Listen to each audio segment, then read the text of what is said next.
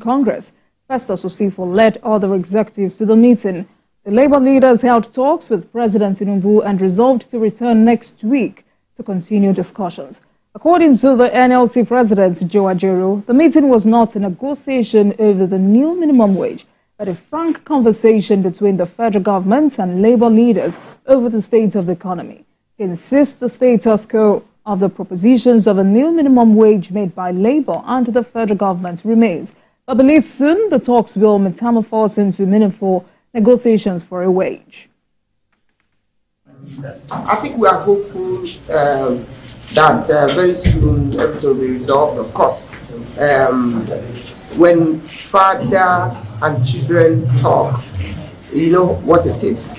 That's just exactly what has happened, and it's because we didn't go into Naira and cover discussion. Yeah. Now, the status quo in terms of the amount, 250 and 62,000, remains until we finish this conversation. Issues on the table, issues that are bothering and biting Nigerians today, the economic difficulties and the value of Naira, how it has also eroded, how this has affected the prices of commodities and goods in the market. So we try to put this before the president because he's the president of the country and the bulk stalls at his table.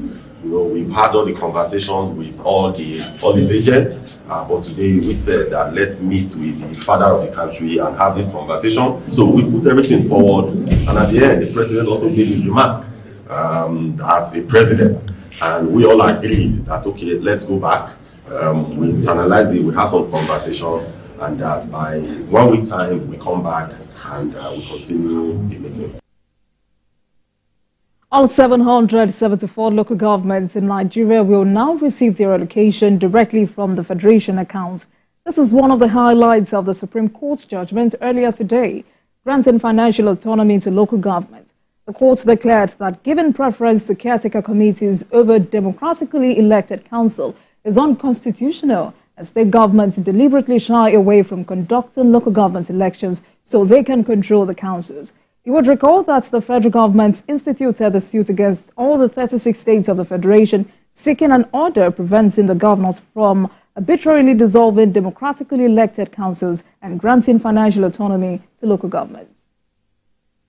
The declaration of the Supreme Court stops state governors from directly or indirectly receiving temporary or withholding funds meant for local governments henceforth. In the late judgment delivered by Justice Emmanuel Aogim, the Federation account was specifically ordered to ensure that henceforth all monies, including shares from taxes and other sources, are channeled directly into the purses of councils with democratically elected officials in place. The governors were stopped from henceforth dissolving democratically elected officials for local government, and doing so would amount to a breach of the 1999 Constitution. In the unanimous judgment, the 7-member justices of the Supreme Court agreed with the Attorney General of the Federation, Lateef Fagbemi, that the Constitution recognized local governments as a third tier of government. The justices also agreed with him that some state governors have in the past 2 decades been using Nigeria's Constitution to perpetrate unconstitutional acts. The argument of Mr. Fagbemi that the Constitution permitted state governors to receive monies on behalf of local governments but did not permit them to spend such monies on their behalf was upheld. Among others, the Apex Court ordered the Federation account to withhold funds from local governments where democratically elected officers are not in place. It also bars the governors, their agents, from embarking on the dissolution of democratically elected officials at the local government levels and replacing them with caretaker committees. It insists caretaker committees over democratically elected council is unconstitutional. The state government deliberately shies away from conducting local government elections so they can control the local government council. The Constitution did not make local government an appendage of the states, and their no tier of government should be subordinate to another. States are not subordinate to the federal, just as local governments are not subservient to the states. All the requests of the federal government were granted in line with the provisions of the Constitution as convoked by the Attorney General of the Federation. With this judgment, local government is now free from the control of state government or state house of assembly and can now generate their own revenue from monies allocated to them and also impose taxation and, most importantly, bring the needed development to the grassroots level. Celestina Area, TVC News, Abuja. Ahead of Saturday's local government election in Delta State, the All Progressives Congress has called for free and fair exercise, insisting that it will resist any plan to rig the poll across the state. A chieftain of the party, Ayiri Amani, and Chief Chairman, Delta South Senatorial District of the party, Austin Oriboye, stated this during campaigns in Warri Southwest and Warri North Central Council. Ekenamechi reports. The cenotaph is full to capacity as the People's Democratic Party faithful gather for their last campaign ahead of Saturday's local government council election. Governor of Delta State believes he has done a lot since assumption of office for electorate to know that the PDP deserved to be voted for the same way they voted for him in March last year. He dispels speculation of any manipulation. I believe in free and fair election. When I vote for me, free and fair. I mean, the chairmanship candidate of APC for Udu, I respect you because you know say you no go win. You know wise you well. I mean, God will bless you because we dey do well. See flyovers, see everything we dey do for the state. And we still campaign, we don't work well. We know they try. You know they try. We are constructing roads. We are empowering our youth. We are empowering our women. We are building every infrastructure. Our schools are running well. Not so something where they work well. It good make them change them. Something where they work well, they will continue with that thing. Former Governor Ifeanyi Okowa also alluded to the same optimism about the poll. Some parties feel that they talk, say, the right hand. That when we dey campaign, they not do campaign. No. We don't carry campaign, go every local government, go every ward, go every unit. And the day there they sleep. Of course, the result don't talk for himself. Because we don't win the election finish. PDP is the only party that has campaigned in our communities, in the local government level, and everywhere in the state. And so we deserve the victory. Other party leaders also spoke as they welcomed some defectors from the opposition party. Delta State has consistently conducted local government council election by ensuring caretaker chairman do not stay beyond 6 months. Ikenna Amechi, TVC News, Asaba. Let's take a short break, and when we return, it will be time to discuss the federal government's 180-day plan to unveil the strategy to slash food prices. Tonight, I will be speaking with Johnson Chukwu, economist, CEO, Carry Assets Management Limited. I'll be right back.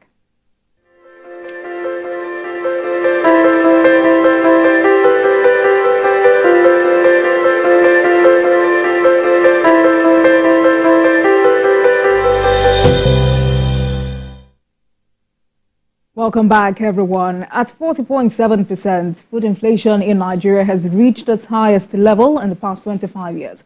But the federal government on Wednesday declared that with the strategic measures aimed at addressing the high food prices nationwide, prices of the items would crash in the next 180 days.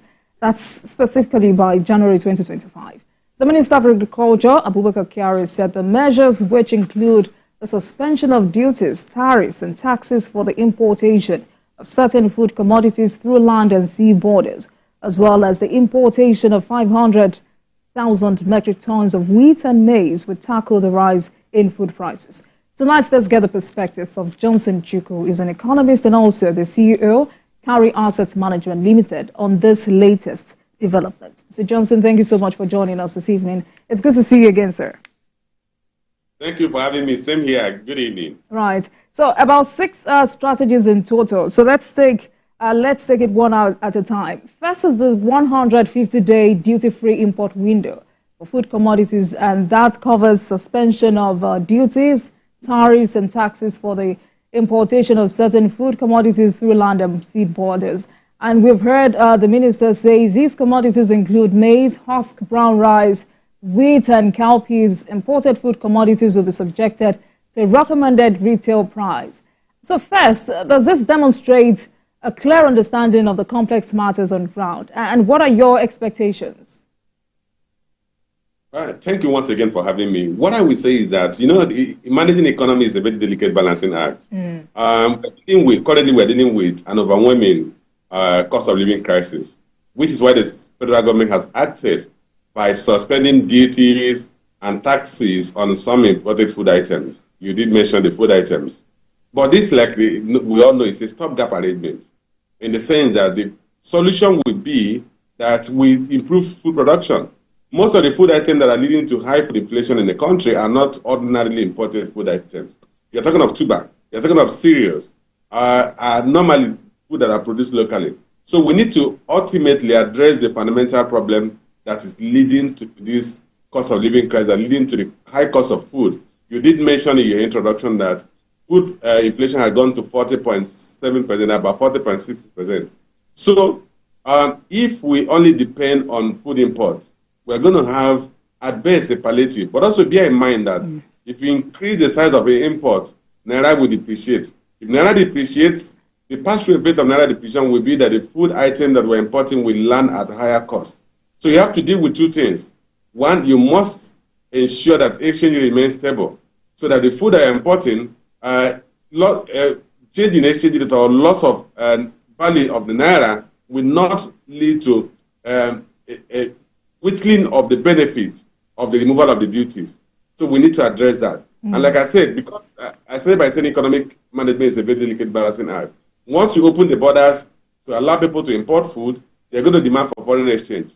The demand for foreign exchange, you're going to see, without any commensurate improvement in the supply of foreign exchange, you're going to see Naira depreciate. If Naira depreciates, the pass-through effect of that depreciation will erode the removal of subsidy on, removal of duty on those food items. So we must, in as much as we're implementing this stopgap arrangement, we must go to the fundamental issue, which is insecurity in the country that led to farmers living in IDPs and therefore reduced food production. And because we have a reduction in food production, food prices have become very dear to Nigerians. So in addressing these fundamental problems, you've talked about stability of forex. What do you think we need to do within that 150-day period to give us some sort of security after the window is over? Well, that's why we are talking about during the core issue. If you remember what I said earlier, that the food items that are causing this food scarcity and food inflation are locally made food. Tuber, water yam, potato. If you talk of cereals, you're talking of corn that are made, produced here. And the good thing about the food issues is that the time it takes between the planting and harvesting of these food items is less than 6 months. Corn is in the region of 3 months. Yam at most 4 to 6 months. Rice between 3 and 4 months. And so in any case, some of these food items can actually go through 2-cycle or 3-cycle farming season.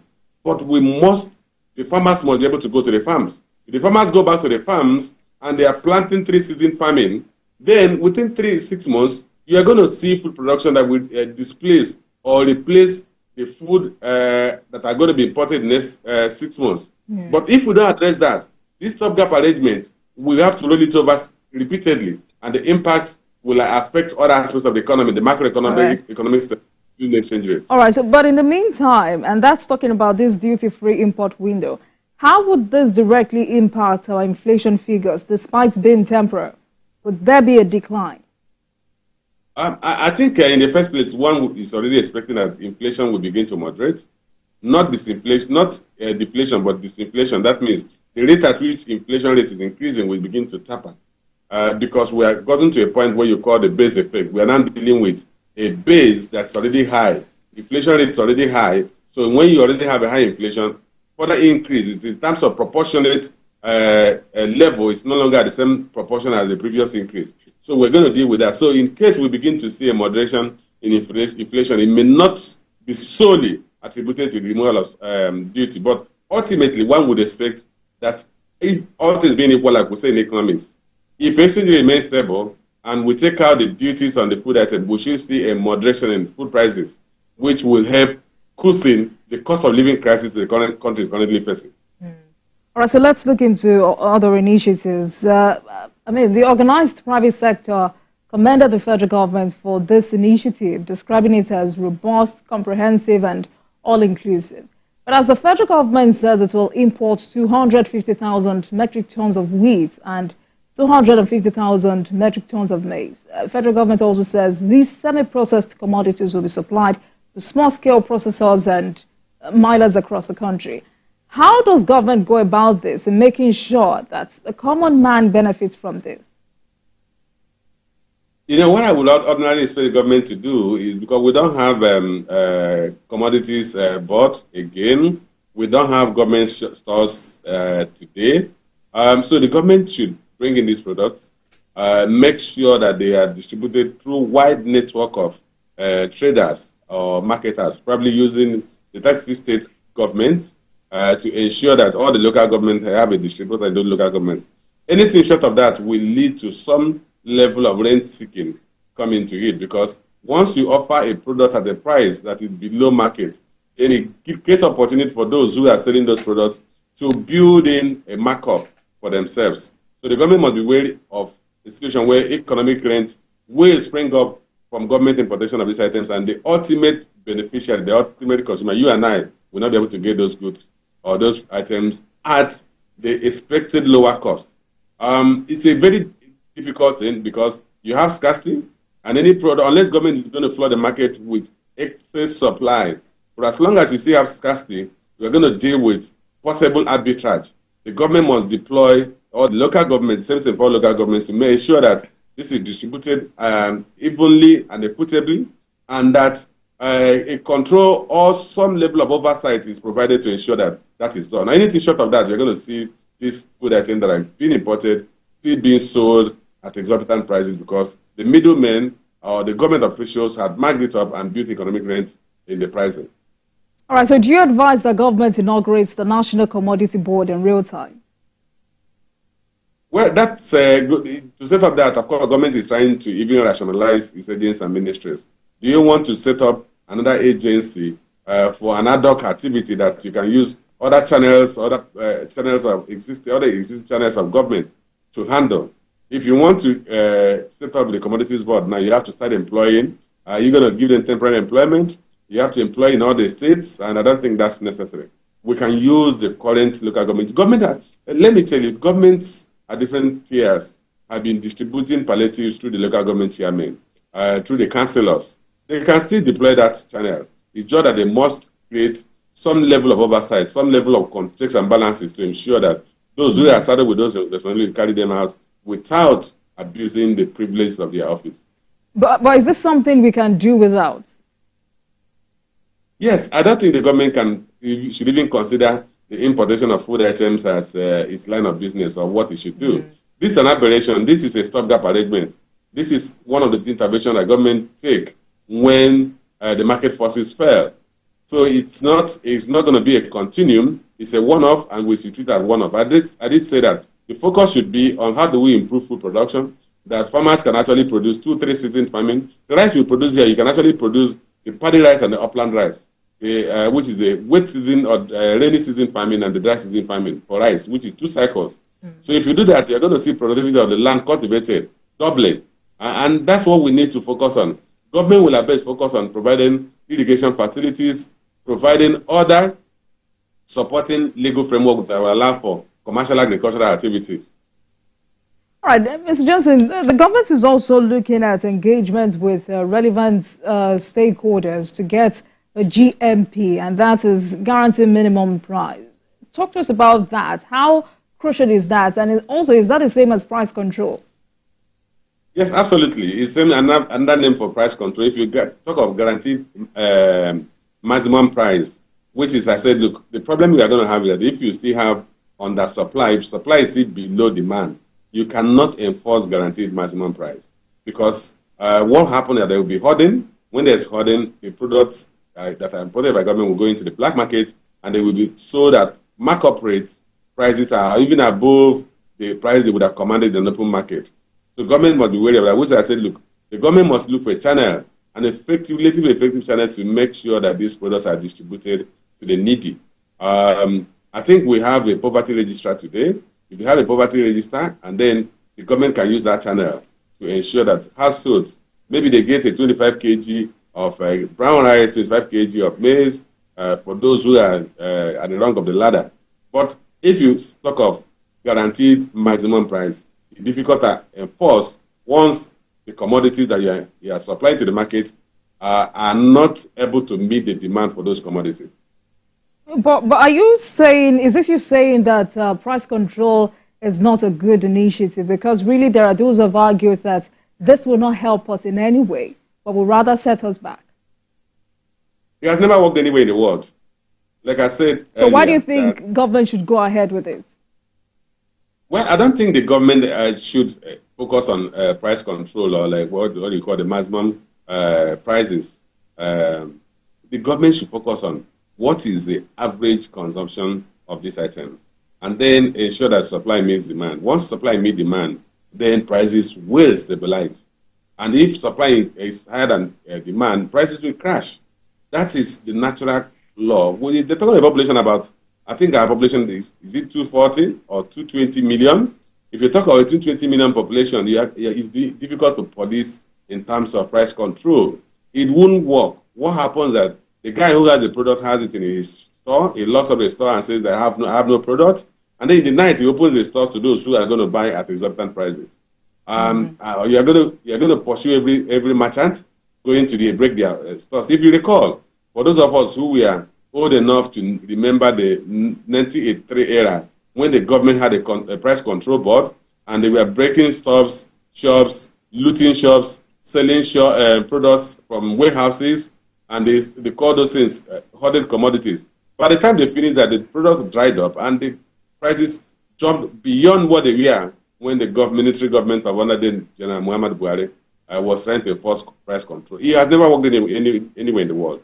So I don't think the government should dissipate its energy trying to do that. We should, at best, bring in enough products to meet demand, enough for these commodities to meet demand in the short run, but ultimately focus on addressing the security situation in the country to improve food production. We can actually feed ourselves if we get... But Mr. Johnson, if the federal government is now talking about purchasing surplus food commodities to restock the National Strategic Food Reserve, do you think we have enough of these reserves, or do you think we need more? In the first place, I don't think we even have a lot of things in the reserves. The Strategic Food Reserve, we must recognize that they are basically built to mitigate food shortage at periods of unconventional events, like you have flooding, you have war, you have what you may call natural disaster or man-made disaster, such as war. It is not a source for supply of food to the communities anywhere in the world. It's not about, if there's a outbreak of war today, Nigeria not starve to death. So you can open the Strategic Food Reserve to feed the communities for a short period of time. It's like what we call talk of manna. It's not there forever. It's not a source of supply of food to any community. So we should have enough in the Strategic Food Reserve to address short-term, temporary shortfall in food supply or dislocation in the supply chain that could lead to people starving. But it's never a source of consistent food for any country, any community. All right, then. But let's take a break, and when we come back, we will continue this conversation. You stay with us, everyone.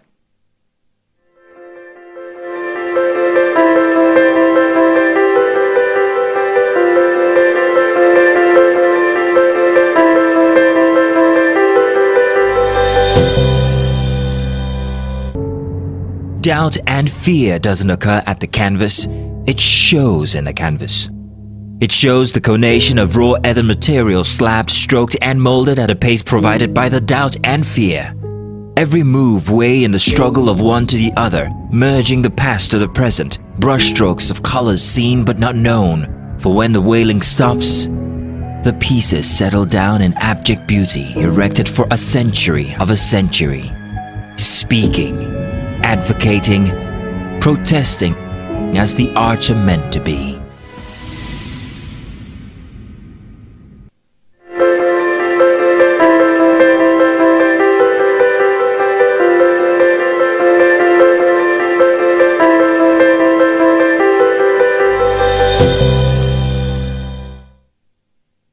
Welcome back, everyone. Tonight, we're discussing the federal government's 180-day plan to unveil the strategy to slash food prices. And I've been speaking with Johnson Chukwu, an economist and the CEO, Carry Asset Management Limited.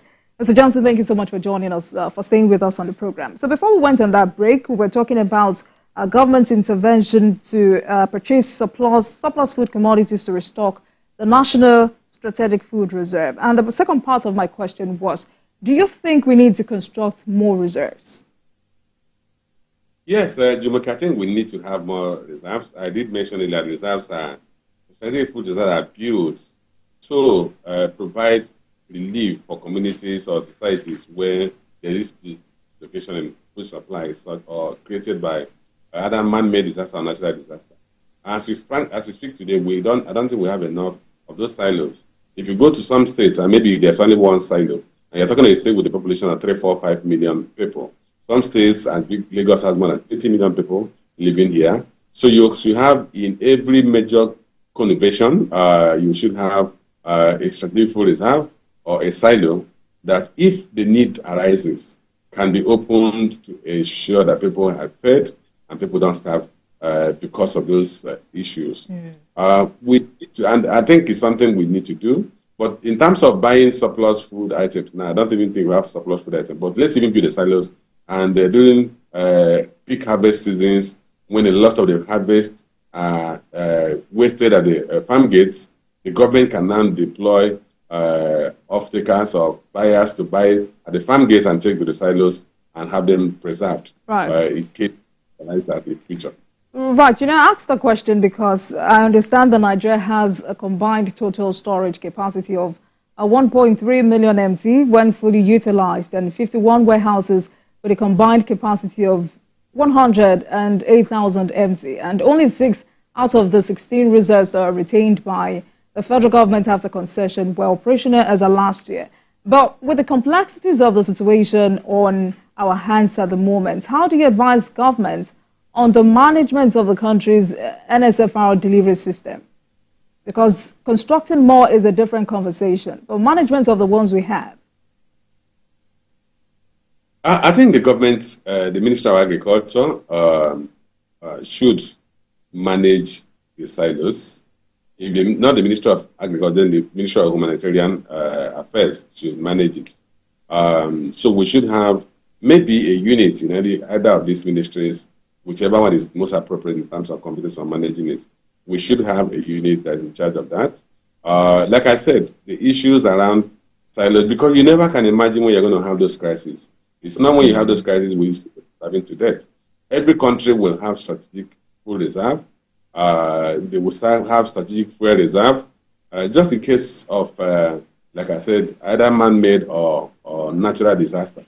So your citizens can actually be protected for some period of time. But like we said, we don't have enough of those silos. But I don't think it's something that the government can concession. Because if you concession them to private sector individuals, because there is no flow from the silos to the market, in terms of income for those concessionaires, they will find it difficult to meet their cost of maintaining those silos. And that's why nothing is happening in those silos. It should be part of the social services that the government must provide. Just like it's providing police services, providing security services, we will also provide what we may call food security services. It is the priority of government to protect that. But do you agree with those who have said one of the noticeable weaknesses in the management of the strategic food reserve in the country is absence of any legal instrument to back up its operation as an autonomous government agency? Yeah, that's why I said there are issues about legalities or enabling law, but it doesn't stop operational issues. we are dealing with operational issues, and we need to address the operational issues and then build laws that will ensure that those operational structures are now backed by legislation. Take, for instance, the issue of the strategic food reserve. Where are they located? What will be the basis of locating each of them? Like I said, if you have major cities that have up to 500,000 people living in those cities, they should have a strategic food reserve located within their vicinity. Then who should be in charge of that? That's where you're talking about regulation and law. And I did say that we have to look at the Ministry of Humanitarian Affairs, because it will come into use as a matter of humanitarian issues when the government needs to reach out to the most vulnerable in the society, when there is civil commotion, or when there is war, or when there is a natural disaster like flooding, fire, and other what have you. So, in terms of enabling law, I don't think the problem is actually the enabling law. It is necessary to have a regulation around it, or an enactment that will provide for consistency. But even operational issues are what we need to address. How do we locate them? What will be the basis of locating them? How do we restock the strategic food reserve? What are the conditions under which the strategic food reserve will have to be open and allowed to discharge or distribute food to those communities? These have to be defined in terms of operational use. So do you think the management of the strategic food reserve should be taken out of the Ministry of Agriculture? I did say earlier that the ministry that, since we now have a Ministry of Humanitarian Affairs, it's actually that ministry that will have need for strategic food reserve. It is the ministry that will need to call on that strategic food reserve to feed the very hungry and the most vulnerable, those who are internally displaced. The Ministry of Agriculture will, at best, in fact, the Ministry of Agriculture does not have any farm, so they don't even have to say, okay, they are stocking the strategic food reserve from their farms. They are still going to buy from private farmers, which I think the Ministry of Humanitarian Affairs should better handle.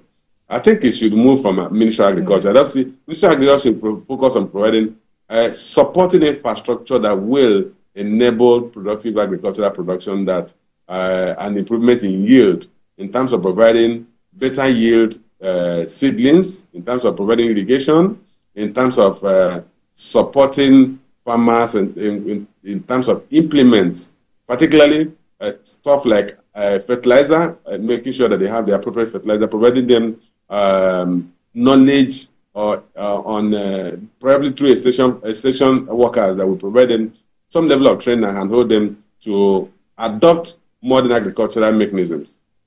All right, so the government is also talking about using existing government initiatives to ramp up production for the 2024-2025 farming cycle, with continued support to smallholder farmers during the ongoing wet season farming.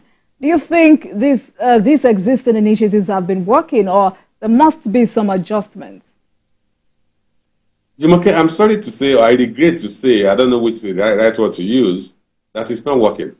Jumoke, the quarter of this year, Q1 2024, agricultural GDP growth was 0.18%. 0.18%, which means agriculture remained flat in the first quarter of this year. So, and that was in spite of so many years of anchor borrower program, commercial credit agricultural schemes, and several intervention funding arrangements that were put in place by the Central Bank and the Ministry of Agriculture to support agricultural activities. Why was it so? Because the farmers are not in the farms. People in states like Katsina and Zamfara have to pay bandits to be able to go to the farm. And see, they are being abused, kidnapped, killed, and many of them have moved to IDP camps. If you go to the North Central, so many people are living in the IDP camps. If we don't address the issue of insecurity, this initiative by government, no matter how salutary they are, cannot be effective, because they have to be channeled through these farmers, and the farmers are not going to the farm. But also, you know, when it comes to strengthening and accelerating dry season farming nationwide, this looks like an issue for some stakeholders who continue to say, despite abundant water resources, seasonal farming is still common. I mean, what can government do to ensure all year-round farming, apart from the matter of insecurity? Well, I think the core thing they need to do is they need to do irrigation. Look at River Niger and River Benue. The two rivers almost run across the country. So if the dredging of the River Niger and River Benue had taken place and those major rivers have as irrigation base, irrigation to support farming across the states that are bordering those two rivers, we will be talking about two-season farming. Virtually every state in the country has a major river. Be it in the north, be it in the south of the country, they have major rivers that many states are actually named after the rivers that crisscross those states. There's no reason why the government over these years should not have invested in proper irrigation, major arterial irrigation, secondary irrigation, and ensure that we have two-season farming or all year-round farming. But unfortunately, if you don't have the irrigation network, it's difficult for farmers to have dry season farming. But really, now that federal government is looking for solutions, do you see a quick fix to some of these issues if state governors collaborate with federal governments to identify irrigable lands and increase land under cultivation in their various states, just as government is asking for? Well, it wouldn't be a quick fix, but there are things that can be done to improve the yield on the cultivated land, even the one that's currently cultivated. I talk of improved seedling. I talk of improved planting methods. Take, for instance, in rice farming today, in the southern part of the country, the same rice farm where they do the nurseries also, they no longer have to go and do a nursery bed and then transplant. The same farm, the wet farmland is where they do both the nursery and the growing of those rice leaves. So we are now having line irrigation that people are producing tomato here, they are producing pepper, people are using line irrigation to produce maize. So we just need to transfer knowledge. I think that's a starting point, and that will improve the yield on the cultivated land in the short term. But ultimately, we need to expand the cultivated area, and we need to have multiple season farming. But do you see state governors committing to this? I think they should, because I talked of the cost of living crisis. It's not just the federal government we should hold accountable for the cost of living crisis we are facing today. The state governments also have to be responsible to ensure that they, at the minimum, mitigate a looming social crisis in their states. If it starts, it's going to happen in all the states or virtually all the states. It's not going to be only on the federal government. So everybody should put hands on deck to ensure that we mitigate a looming food crisis in the country. And that applies to state governments, local governments. Every state government must ensure that some level of farming is taking place. There's no state that you don't have some farmers that can be encouraged to produce more. So it's not just at the table of the federal government. Everybody should be involved, including you and I. And I've been advocating that even those of us who have white-collar jobs, if you can rent a piece of land that is not built, you can actually do some level of farming in that place. You can plant maize, you can plant tomato, you can plant a lot of things that are currently in short supply today, and that will not just help the country's food security, will also help your family in ensuring that you have balanced diet and live above the poverty line. So I think federal government is also saying the same thing with talks about developing strategic engagement for youth and women for immediate greenhouse cultivation of crops. But, I want us to also talk about generation change in agriculture, because today the replacement of the aging agricultural population is a global challenge in many food-producing countries. And it's a fact that today young people are less motivated to engage in family farming. But how can governments make agriculture attractive to young people? Look, interestingly, I'm in Lagos, we're witnessing a lot of young people actually interested in farming. You see, what is dying off, what is aging, is the whole and mature farmers who are getting older and they no longer have the energy to carry the hoe, to till the ground, and they mature to cut the forest. We should be talking on mechanized agriculture. a lot of young people. My son left his job and went into farming.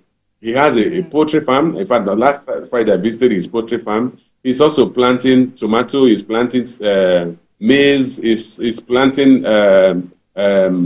pepper in that his farm. And I was quite impressed with what he's doing. And I have a friend who left the job in Shell and is also into farming. So a lot of young people are going into farming, but they're not going to be carrying the hoe on their shoulder and the machete on their right hand. They are going into mechanized farming. They are going into modern agriculture, adopting modern agricultural techniques to do their farming. And that's what the government needs to encourage. But certainly, we cannot, as a country, continue to rely on the aging population whose skills we are only limited to using, making more hoes and cutting bushes with their machetes. These things are now done mechanically. Absolutely. And also because, I mean, you know, Nigeria is the highest rice producer in Africa, but was suffering greatly from smugglers who, after enjoying government credits to cultivate this product, decided to take the rice to neighboring countries. How do we as a nation curb smuggling? Well, the agency of government, the agency in charge of stopping smuggling or curbing smuggling is a federal government agency. And I think with technology, we can reasonably reduce the level of smuggling in the country. But what I will actually look at it from a different perspective. Since, like you said, if that is correct, that we're the largest rice producer in Africa, what we should do is continue to encourage rice farming so that we begin to export through the right channel excess rice that is produced locally. And then we will earn foreign exchange from that export. And then that will even help us stabilize the exchange rates, improve on reduce inflation, and improve our standard of living. So it's not something we should fight. Rather, what we should fight is to increase further the food rice production in the country. I had talked about two-season rice farming. That's what the government should do. If we are producing this, let government ensure that those industrial rice farmers are supported with irrigation and let them produce more. And then strengthen the customs so that they will prevent illegal export of products, and any product that is being exported, including rice, goes through the right channel, letter of credit is open, inflow is recognized, the farmer gets his foreign exchange, sells in the market, becomes a rich man, and then that will encourage other farmers to also adopt the same techniques and go into rice farming, and then we'll become like China or Thailand, that's a major among the major exporters of rice in the world. Indeed. So let's quickly talk about the inauguration of the National Livestock Transformation Implementation Committee, which was inaugurated on Tuesday to develop and implement policies prioritizing livestock development in alignment with the National Livestock Transformation Plan. And also a Ministry of Livestock Development has been created. This has continued to draw applause and condemnation from Nigerians. For you, is this a good move? Well, on paper, it's a good move. Then they tell you that the devil is in detail, but in Nigeria, the devil is in implementation. Because a lot of times we have wonderful concepts and then implementation becomes the challenge. But I think the emphasis when it comes to livestock farming or livestock security would be to ensure that we have those places where the livestock are nurtured instead of situation where we have herders who are roaming around the country. Because if you keep the livestock in proper farms like you have in other parts of the world, you are going to even have an improvement in the yield, in the protein yield of these livestock, unlike what we have today, where the livestock are living at the mercy of walking long distances and feeding, not properly feeding. And then when you take, for instance, the cattle, and when you slaughter them, you find out the meat you have is very weak, very poor. So in terms of productivity of the livestock in the countries, we are one of the lowest in the world because of the way we rear our livestock. We should change that approach, and I think that should be the focus of this body that the federal government has just inaugurated. You know, Mr. Johnson, you know, experts have said the success of these measures outlined by the federal government hinges on the cooperation and collaboration of all relevant MDAs and stakeholders. So how does federal government achieve total commitment in this regard? Well, we talk of the MDAs. MDAs are all federal government ministries and departments. So there is a coordinating minister of the economy. The coordinating minister of the economy will ensure that all the heads of these agencies, departments, and are brought to have a buy-in into these policies, and then ensure that not only that the farmers also have a buy-in into these policies. Because if you don't have the buy-in of the farmers and they still take their cattle and enter the bush to feed them in the bush, you're not going to achieve anything. So they must work with government. The government must provide the land for these farms to be set up. And then you must also have the Ministry of Transport that will support transportation of through probably the Ministry of through the rail system, transportation of cattle through the rail system to reduce the cost of transporting them from one part of the country to the other. And some of these things can be properly coordinated, and it's not rocket science. Jumoke, if you go to any other part of the world, you won't see cattle roaming around the streets. You will go to farm and you'll see the level of harvest from these cattle, including milk production, apart from meat production. I get that. But before I let you go, we have about a minute to wrap up. Let's talk about the economic team, because it's not the first time the federal government is setting up an economic team of crack economists. What's different about this current team? I don't know if there's anything different from this current team. The members of this team have been members of the economic management team right from Obasanjo's era. Many of them have been members of previous economic management teams. I think that what will make the difference is the leadership, the quality of leadership is provided by the government. Leadership defines everything. I think there's a saying that it's not that you are rather afraid of a pack of sheep that's led by a lion than a pack of lions led by a sheep. The president must provide leadership. These are advisory teams. They are not implementation teams. It's the state government that will have to implement whatever recommendation they make. The advice recommended to the president will have to make a choice on which option that he accepts, and must ensure that he has a minister who has the capacity to implement ferociously. That's what matters. Right. But in terms of the composition, the same group of people have been recycled multiple times by previous governments. All right then, Johnson Chukwu, economist, CEO, Cowrie Assets Management Limited. Thank you so much for your perspective. Thank you for your insight on this latest development by the federal government. Thank you so much. Thank you for having me. Thank you very much for watching, everyone. That marks the end of today's episode of Politics Tonight. But you can watch the repeat broadcast of this episode at midnight. Get in touch with us on our social media handles, Facebook, Instagram, and X at TVC News NG. You can use the hashtag Politics Tonight. It was also on YouTube at youtube.com/TVC News Nigeria. I am Olajumoke Olatuji. Good night, everyone.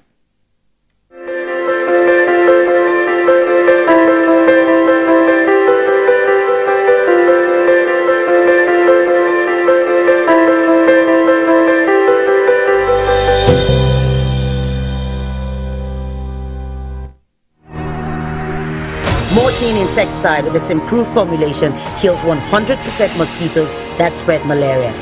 So, spread the message of how we can fight to end malaria with Mortein. Mortein, our #1 choice. Bye, Mom. He's going to play in this weather? Why did you let him go? He might fall ill. And if he doesn't go out for practice, how will he win more trophies? To protect our family from illness-causing germs during the rainy season, we use Dettol soap every day. Dettol with germ defense gives you protection. Rainy season brings a lot of germs, and Dettol soap's germ defense protects you from up to 100 illness-causing germs. Dettol soap is endorsed by the Nigerian Medical Association. Be Dettol sure. The following is a paid presentation by ShopX TV. You're watching ShopX TV, home to some of the most popular international brands in Africa, including Gotham Hammered Collection, Genie Bra, Bionic Floodlight, Spot X, Total Crunch Evolution, and more. And we are now proud to introduce our biggest offer of the year, the ShopX Mid-Year Sales. Yes, from now until the end of July 2024, we will be offering our customers 20,000 Naira off this home fitness machine. SportX Digital Compact Treadmill. The compact foldable treadmill that makes being active and losing weight fast and easy. Just unfold it and walk, jog or run while you watch your favorite programs on TV. And when you're done, just fold it and store it away. Now that's convenience. The secret is its advanced design that houses a 1-horsepower motor that is twice the size of most treadmills, packed into a nice compact unit, powering every step you take. You get the SportX Digital Compact Treadmill System complete with a rugged commercial-grade ultra-durable traction belt, large LCD multifunctional display that displays speed, time, distance, calories, and has 12 different exercise programs, as well as a magnetic safety key for added security. The SportX treadmill has really helped me get back in shape after childbirth. I love it because it's compact and can fit anywhere in the house. And when I'm done, I fold and put it away. Easy peasy. This is the best piece of equipment for people like me who want to stay active without leaving the home. Joining a gym can cost an absolute fortune, and you could be paying up to 490,000 Naira in annual gym fees. Get the SportX Compact Digital Treadmill to save the cost and work out of the convenience of your home. You would normally pay up to 400,000 Naira for the SportX Compact Digital Treadmill. But call the number on your screen now or scan the QR code and get the SportX Compact Digital Treadmill for just 380,000 Naira, saving you 20,000 Naira. Incredible! But that's not all. You can get the SportX Compact Digital Treadmill in 2 easy payments of 190,000 Naira. That's right! Pay twice to get this amazing fitness solution. But wait, there's more. If you order now, you get the SportX Compact Digital Treadmill delivered to you for free wherever you are in Nigeria, and it comes with a ShopX 30-day money-back guarantee. But hurry, limited stock available, so call the number on your screen now or scan the QR code or visit our website to place your order while stock lasts. The proceeding was a paid presentation brought to you by ShopX TV. Martin Luther King Jr. was born in Atlanta, Georgia, January 15, 1929. The son of a Baptist minister, King received a doctorate degree in theology and in 1955 helped organize the first major protest of the African American civil rights movement, the successful Montgomery bus boycott. King participated in and led marches for the right to vote, desegregation, labor rights, and other civil rights. He advocated civil disobedience and nonviolent opposition against segregation in the South, influenced by Mahatma Gandhi. The peaceful protests he led throughout the American South were often met with violence. Nonetheless, Dr. King and his supporters were persistent and the movement gained momentum. Dr. King was a powerful orator. He appealed to Christian and American ideals and won growing support from the federal government and Northern White. In 1963, Bayard Rustin and A. Philip Randolph led the massive march on Washington for jobs and freedom. The event's grand finale was King's famous I Have a Dream speech. 250,000 people gathered outside the Lincoln Memorial to hear the stirring speech. In 1964, the civil rights movement achieved 2 of its greatest successes: the ratification of the 24th Amendment, which abolished the poll tax, and the Civil Rights Act of 1964, which prohibited racial discrimination in employment and education and outlawed racial segregation in public facilities. In the same year, King became the youngest person to win the Nobel Peace Prize. In the late 1960s, King openly criticized U.S. involvement in Vietnam and turned his efforts to winning economic rights for poor Americans. He was a leader of the American Civil Rights Movement and organized a number of peaceful protests as head of the Southern Christian Leadership Conference, including the March on Washington in 1963. He was assassinated in Memphis, Tennessee on April 4th, 1968.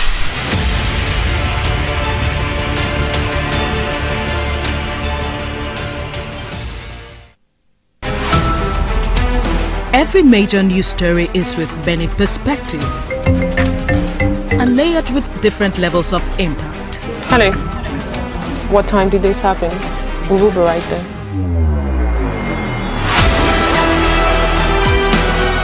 At TVC News, we follow the big and major news, gathering the facts, witnessing the outcome. I am here live at the aftermath of the approval of the new national minimum wage. The TV station of the year, not just for breaking news, but for being first, fair and accurate. TVC News, first with breaking news. At TVC News, wherever the big news story is happening, we're geared up. Feel the power. Welcome to Righteous Invasion of Truth with Dr. Abel Damina. Oh yes, another encounter is here again, and let the countdown begin. Glory to the Lamb! Glory to the Lamb! It is 30 days of glory, 30 days of word, and 30 days of impartation and anointing. It is 30 days of glory 2024. Soteria Season 11. Power City International presents 30 Days of Glory and Homecoming 2024. Join Doctors Abel and Rachel Daminer in this edition of 30 Days of Glory 2024 as he brings to you sound Bible study through the month of July, exegetically examining the fundamentals of the Christian faith. Date 30th June to 28th July 2024 and Homecoming date 28th July to 4th August 2024. Time Mondays to Saturdays 6 p.m. to 8 p.m. and on Sunday 8 a.m. first service and 11 a.m. second service. Join us live on our Facebook page and our YouTube channel. Also live on Kingdom Life Network on your My TV and Strong Decoders. Venue Power City International, number 98 Wangibo Road, Uyo, Akwa Ibom State, Nigeria. For more inquiries, please email Dr. Abel Daminer at yahoo.com. You can also call or WhatsApp +234 803 275 6104 or +234